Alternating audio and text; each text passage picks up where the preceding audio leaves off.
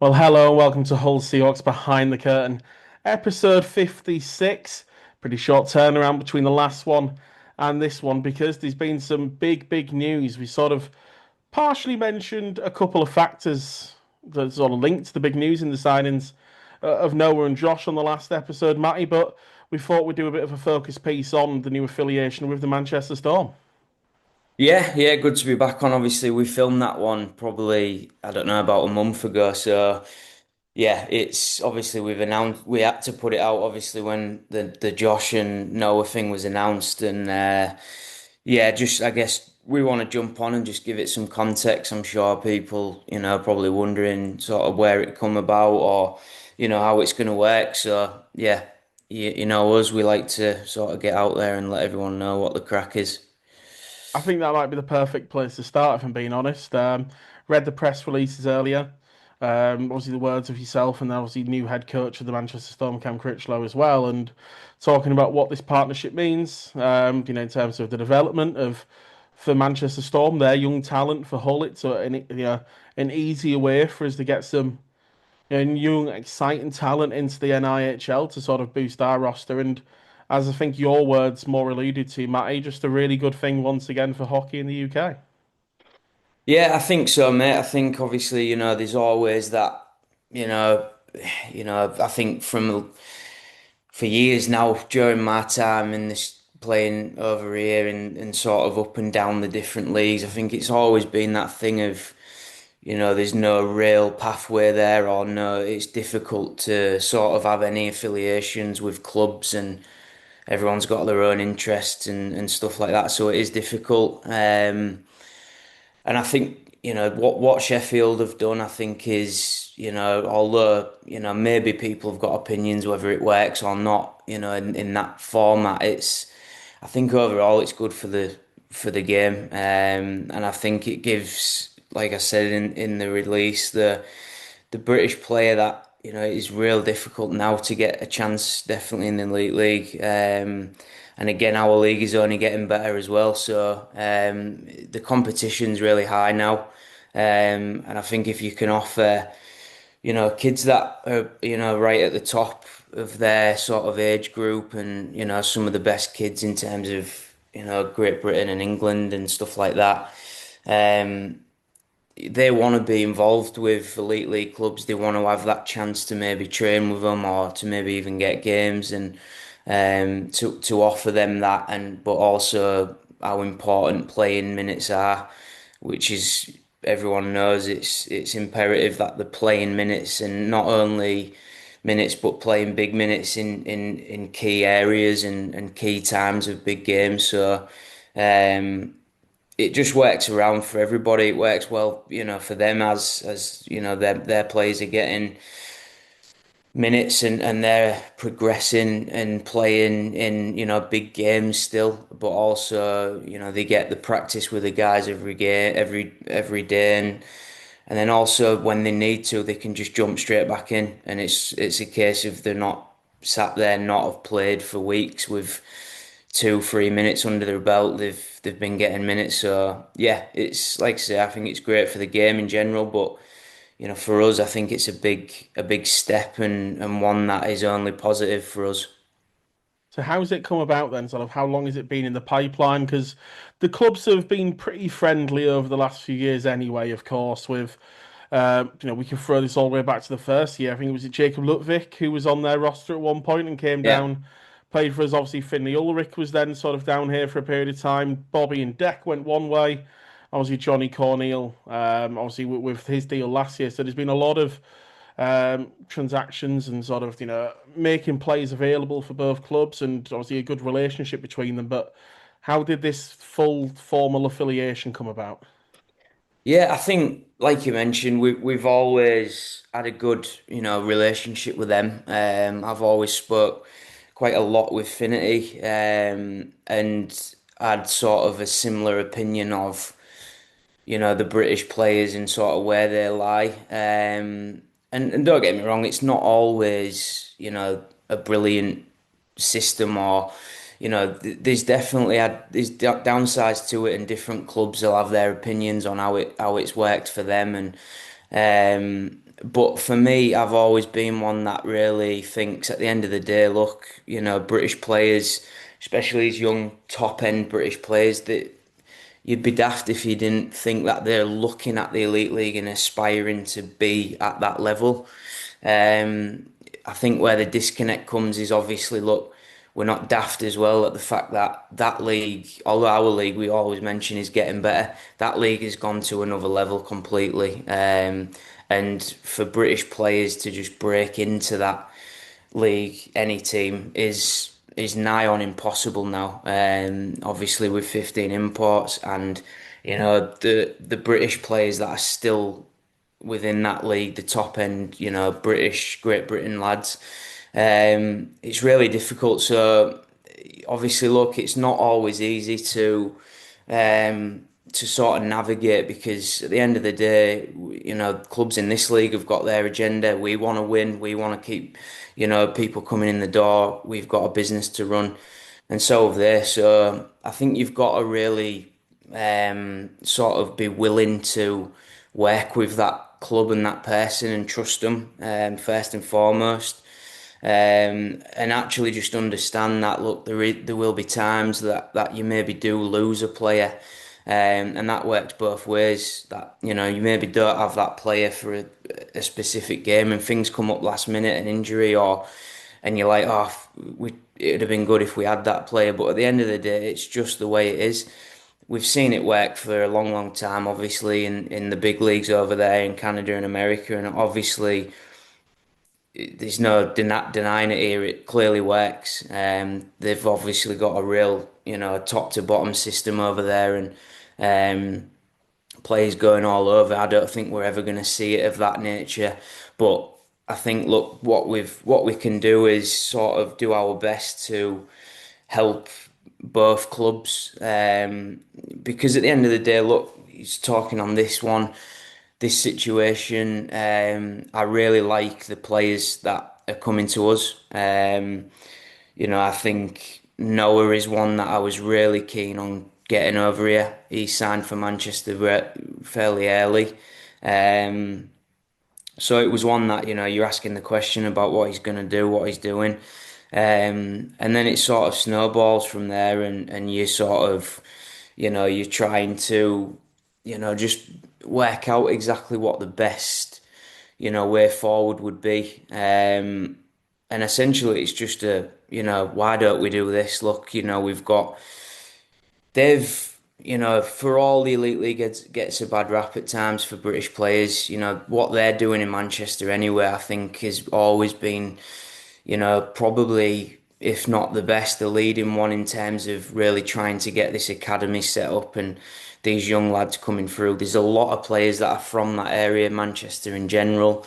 We've seen some come back this year with Jenon and Francis and people like that have signed for the Storm, and they've obviously got a real eye on trying to bring these British players back into their system. And like I mentioned, it's the players that we're getting this year. I think first and foremost they really add to our team.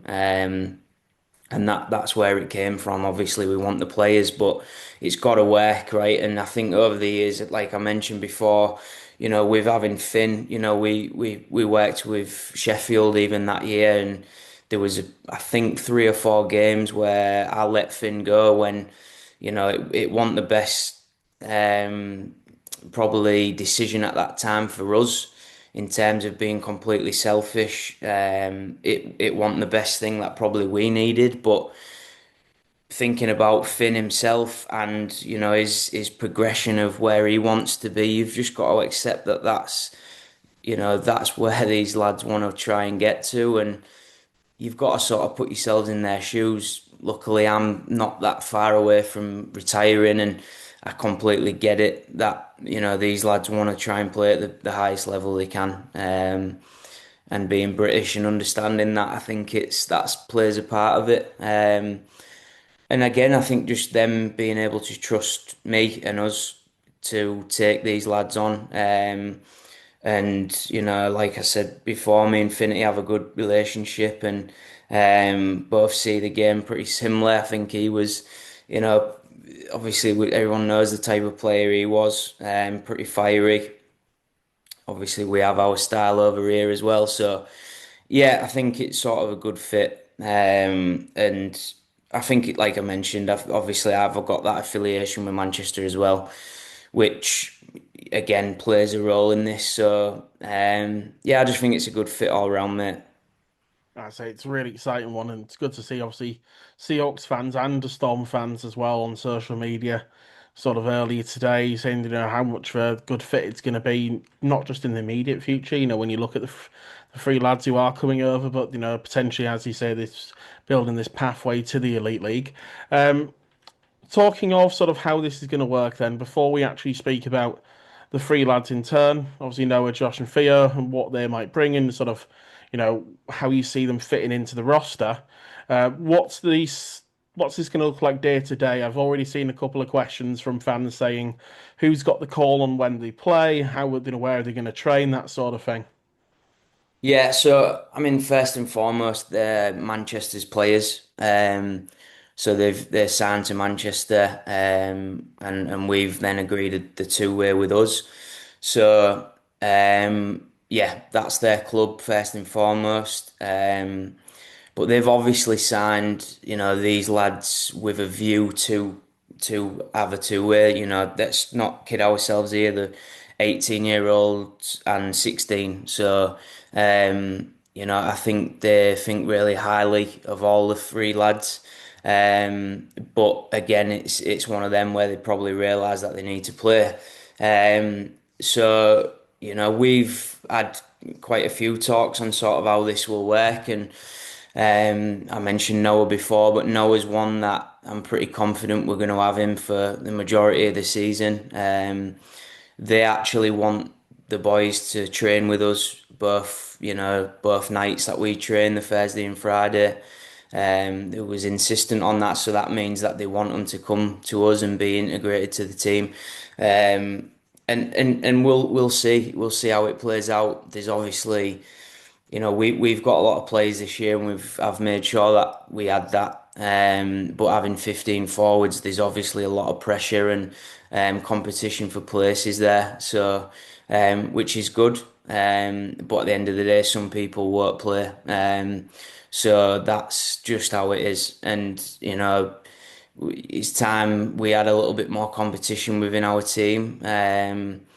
To push people and make them better. And like I say, these boys coming in, yeah, we want to play them, but they've also got to earn that and beat out the lads that I've already got here. And same for the boys that we've already got here. They've got to now up their game, because we've got three boys coming in that are really good players. And yeah, it's going to be interesting. So let's talk about them in turn. We'll start off with the one we've probably mentioned the most about so far, and that's Noah Karinainen. Exciting young D man, of course, being part of the GB under 18 setup for a couple of years now.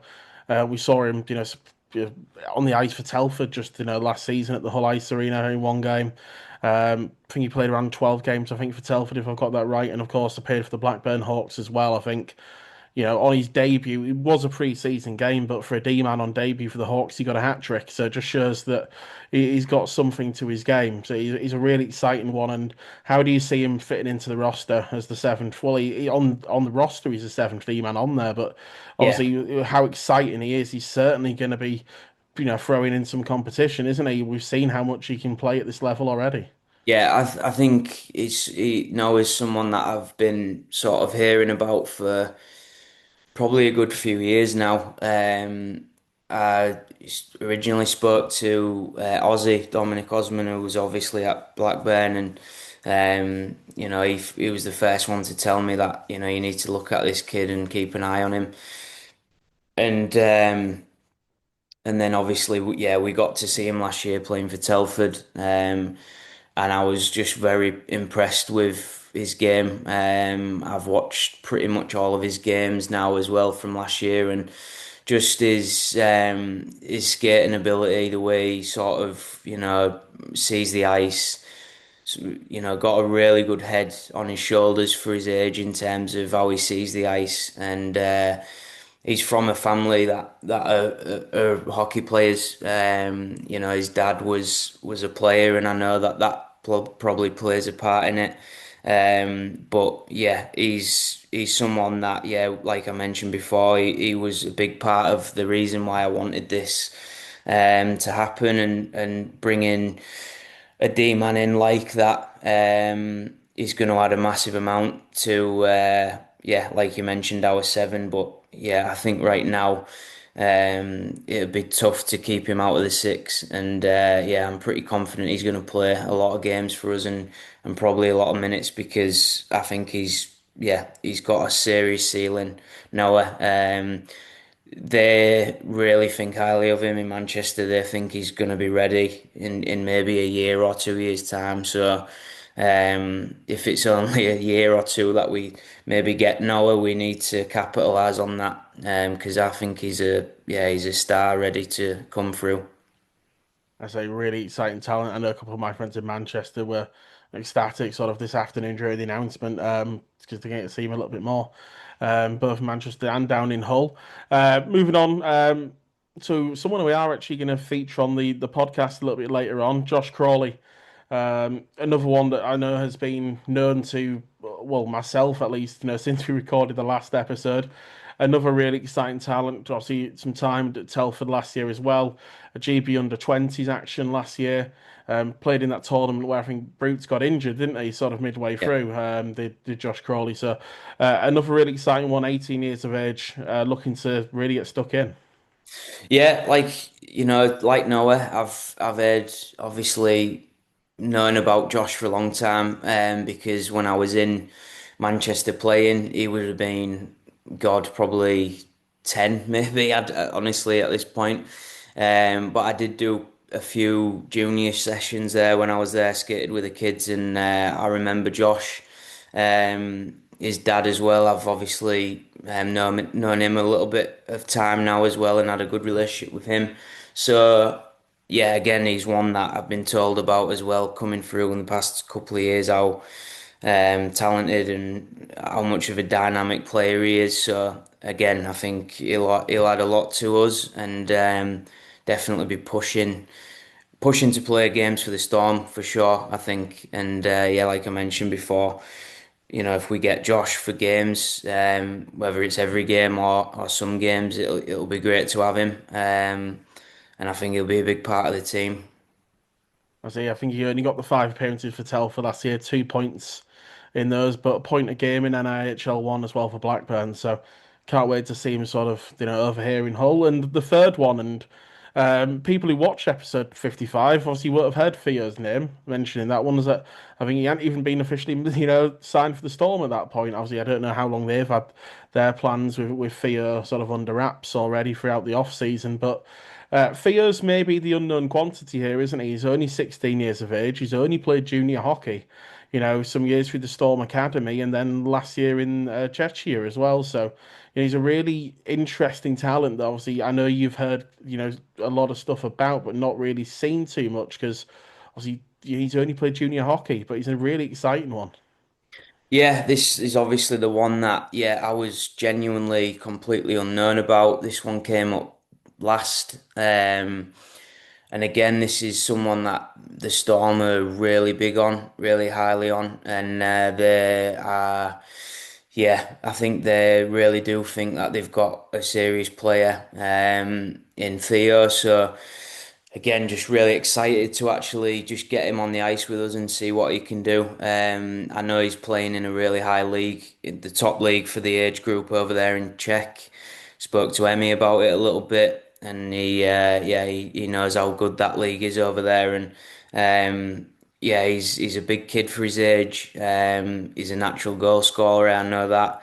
He's, an eye for the goal, and I think, look, you never quite know how good these kids are going to be until you put them in that situation.